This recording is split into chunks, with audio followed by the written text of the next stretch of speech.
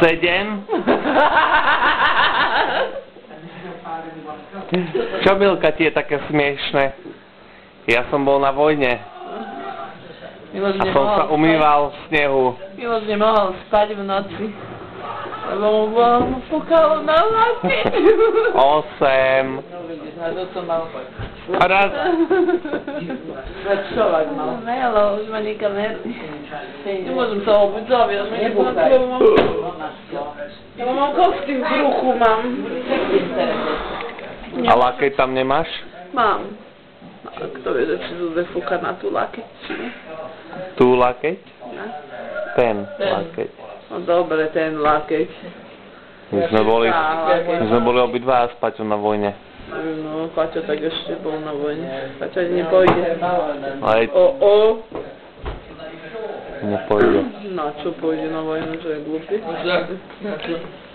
To tam nechal buzerovať, ale ako zakrátky strel. Aký je múdry.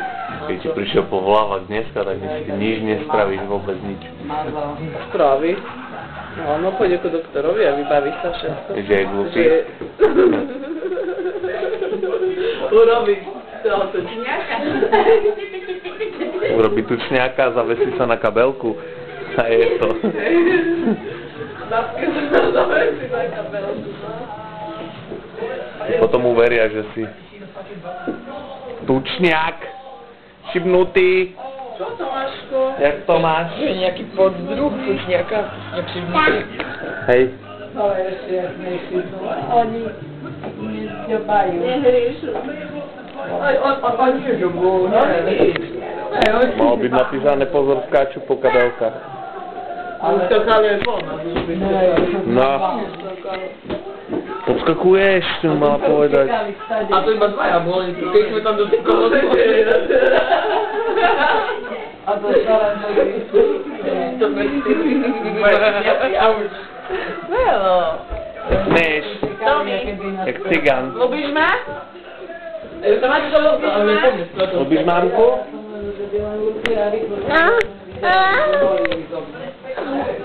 Kto to tam je? Mama. A ľubíš mamku? Áno. A tam? Kto to je? Kto to je? Baba. Tam je kto?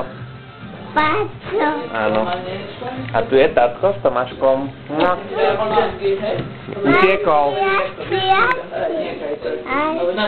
Je si mama.